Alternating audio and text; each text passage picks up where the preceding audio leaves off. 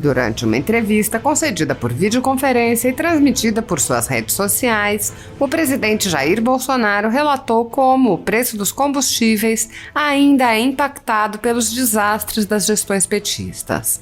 O presidente explicou que no último ano, a Petrobras conseguiu diminuir uma dívida em cerca de 100 bilhões. Bolsonaro disse: 100 bilhões foram pagos no ano passado. De onde veio essa dívida?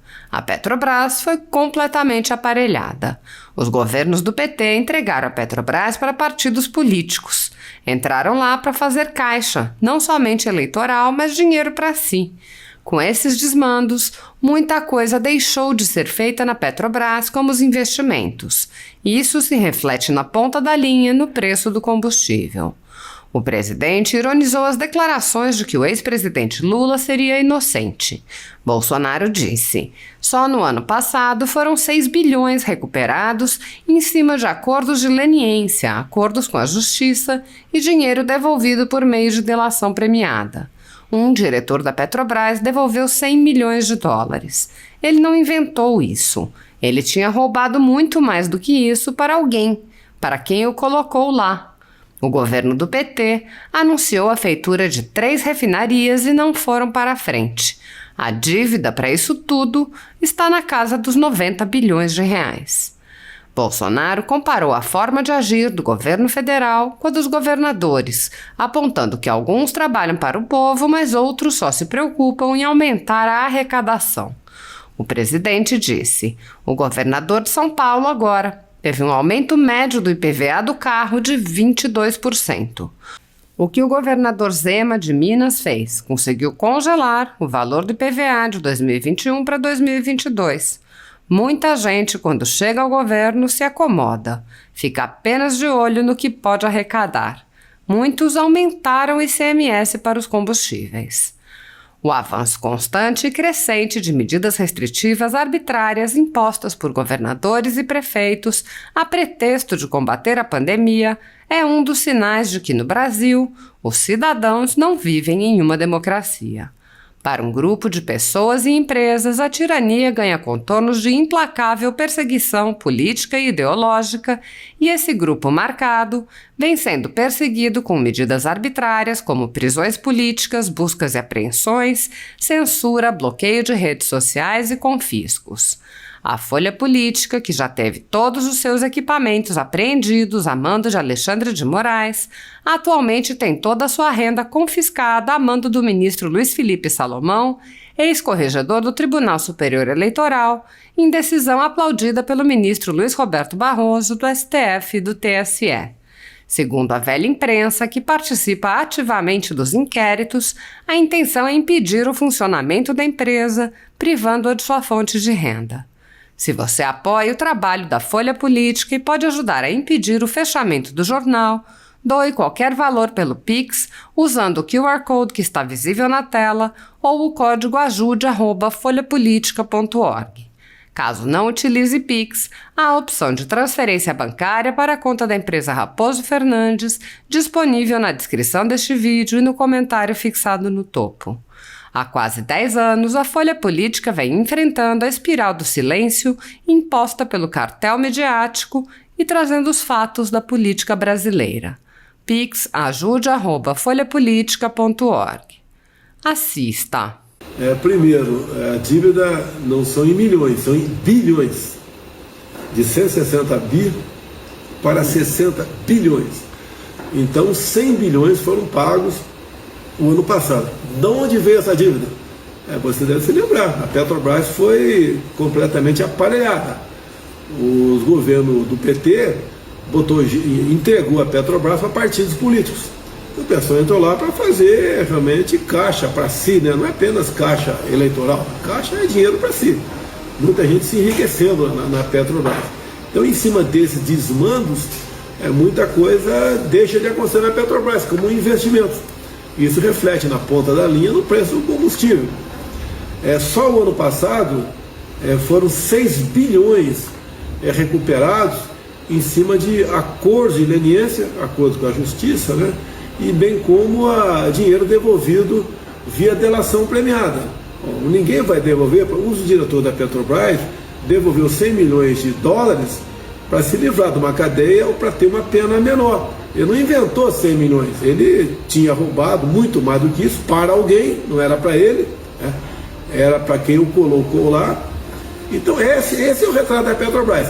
Você pode ver também, desde 2003, né, o governo do PT anunciou a feitura de 3 refinarias no Brasil, 2 no Nordeste e uma no Sudeste. Não foram para frente. A dívida disso tudo está na casa dos 90 bilhões de reais. Então essa era a nossa Petrobras. Agora você vai no preço do combustível, você tem que ver o que compõe o preço do combustível. É o preço que custa para a Petrobras, no caso a gasolina, é o álcool que é mais caro que o preço da gasolina, que é acrescido ao litro de combustível, é a margem de lucro aí não só do dono do posto de combustível, bem como do transporte, e impostos federais e estaduais.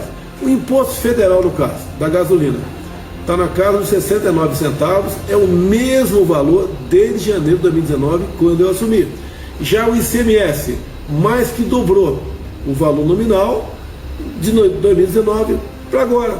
Por quê? Porque os governadores, todos sem exceção, aplicam o percentual do ICMS em cima do preço final na bomba de combustível. Então, hoje em dia, no Brasil todo, a média do imposto estadual por litro de gasolina está acima de R$2. O que eu fiz há 4 meses? Entrei com uma ação no Supremo Tribunal Federal. Contra mim, o Supremo julga rapidamente. Basta 15 dias, já temos dor de cabeça aqui. Agora, a nosso favor, está 4 meses e não vai para frente. O que diz essa ação nossa lá? Nós queremos que seja cumprido um dispositivo constitucional, uma emenda constitucional de 2001, que diz que o ICMS tem que ser um valor fixo para todo o Brasil. Nós queremos isso. E agora, os governadores, em grande parte, fazem um trabalho de lobby contra isso daí. Porque os governadores, quanto mais alto está o preço do combustível na ponta da linha, na bomba, melhor para eles. Se a gente diminui 10 centavos o preço da gasolina, não cai na bomba. E se você aumentar 1 centavo, ele aumenta praticamente no mesmo dia na bomba. Estão buscando isso. Então, o que o povo tem que entender, que o governo federal não pode ser o único responsável por esta questão. Eu sancionei agora, essa semana, a venda direta. Interessa para vocês no Nordeste, em parte, né? Porque aí temos aí as usinas que produzem etanol, o álcool para colocar no tanque de combustível do carro. Nós aprovamos a venda direta. Muitas vezes, numa refinaria, numa usina, era feito ali o álcool, né? E ele andava 200, 300 quilômetros até uma distribuidora, e depois voltava esse mesmo 200, 300 quilômetros para colocar aí o álcool num posto de gasolina e ficava a 10 quilômetros da usina. Então isso daí deve ter um impacto no preço final do combustível. Se bem que sempre fica desconfiado, né? Vai se baratear o preço do álcool? Sim, vai se baratear na origem. Agora, no destino, não sei. Porque os governadores, em grande parte, não querem perder receita. Vão inventar uma fórmula ou outra de manter o valor desse imposto alto, né? Que isso vai muito bem para o caixa deles. Então é aquela de braço que a gente fica o tempo todo buscando aí solucionar para diminuir o preço do combustível na bomba. Espero que tenhamos aqui sucesso brevemente. O presidente só deu algumas entrevistas no início da pandemia, né, e chegou a dizer que uma boa parte dos governadores, não todos, mas uma boa parte dos governadores e prefeitos, né, iriam tentar desgastar a sua imagem, né, no período pós-pandemia, por questões como essas. Né, é uma constatação que o senhor está vendo agora? Então, primeiro, preciso complementar a notícia anterior sobre o combustível. O pessoal reclama com razão do preço do botijão de gás. Sim. Então hoje, 13 quilos de gás, lá na Petrobras, que é do equivalente a um botijão, custa R$50. O que eu fiz no início do ano passado? Eu zerei o imposto federal no botijão de gás. Eu fiz a minha parte. Agora, dos R$50 até chegar a 120 na ponta da linha, o que está incluído aí? Está incluído o engarrafamento, o transporte, a margem de lucro para a venda e o ICMS de novo estadual. Então os governadores dariam uma boa sinalização para os mais pobres, né, isentando do ICMS o gás de cozinha. Daí o que aconteceria? Poderíamos ter também, a exemplo do etanol da venda direta, a venda direta também do gás de cozinha.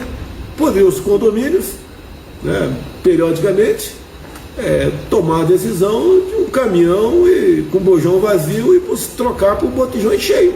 Você eliminaria ali a margem de lucro da revenda num primeiro momento. Pagaria apenas um frete num valor bastante baixo. E tenho certeza que o gás chegaria a metade do preço no final. Chegaria em torno de R$60 o botijão de gás. Então a solução tem. Faltam os governadores se preocupar com isso e não apenas culpar o governo federal. Você pode ver, o governador de São Paulo agora teve um aumento médio do IPVA do carro, o pessoal paga no início do ano, de 22%. Agora você pode ver, o que o governador Zema de Minas Gerais fez? Ele conseguiu, sugerido lá por um deputado estadual, um tal de Bruno Engler, congelar o valor do IPVA de 2021 para 2022. Então tem solução. Agora, muita gente, né, quando chega no governo, se acomoda, fica apenas de olho, né, no que eu posso arrecadar. O que teve de muitos governadores, muitos foram todos, aumentaram o ICMS de combustível o ano passado.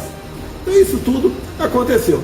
Agora, essa questão de o que aconteceu do ano passado, né, que eu falei, 2020, 2021, a política do fica em casa, a economia a gente vê depois. Qual o grande problema disso daí? É que essa política, na ponta da linha, como muitas cadeias produtivas deixaram de existir ou tiveram sua capacidade diminuída, se traduziu em imposto no final da linha. Se a oferta diminui e o consumo está o mesmo, poxa, quem tem para vender e todo mundo está procurando, é natural ele aumentar o seu preço. Não tem como você controlar isso daí. A pior maneira que você tem de querer manter o preço baixo é tabelando os preços, congelando os preços. Isso é a pior coisa que você pode fazer. E aí foi uma pressão muito grande, você pode ver. Se não é a gente fazer o auxílio emergencial em 2020, como é que estaria a população, essas pessoas que viviam na informalidade, os mais pobres, que viviam até do Bolsa Família, que tinha um valor médio de R$192, como iriam sobreviver se houve uma inflação grande, sim, não só nos combustíveis, bem como nos gêneros alimentícios, no arroz, no feijão, no óleo de soja, no ovo, na carne aumentou assustadoramente. Se a gente socorrer esse pessoal, como é que eles ficariam? Nós pagamos auxílio emergencial para 68 milhões de pessoas. Essas pessoas perderam quase completamente a sua renda, não teriam como sobreviver. E se a gente não fizesse nada, o caos poderia se impor no Brasil, que as pessoas com fome iriam para as ruas. Nós assistimos lá atrás, né, em momentos outros, saque a supermercado, não tive conhecimento de nenhum saque a supermercado em 2020 nem em 2021. É trabalho nosso aqui em Brasília. Agora, os governadores, quase todos, que obrigaram o povo a ficar em casa, não deram sustento para eles. É muito fácil determinar, você aí que vende churrasquinho de gato na praça, você que vende água no sinal luminoso, aí nas ruas de Recife, não pode vender mais, vai ficar em casa. Ele vai viver do que muitos desses trabalhavam de manhã e à tarde para levar comida à noite para sua família, e de repente não tinham mais o que consumir na sua casa. Então, pela economia, sim, por falta de, no meu entender, por má fé por parte de muitos governadores, adotaram essa política e que se exploda o mundo. E, obviamente, quem o povo reclama? Do presidente. Eu não fechei nenhum comércio, nenhuma lojinha da esquina eu mandei fechar, e tinha poderes para tal.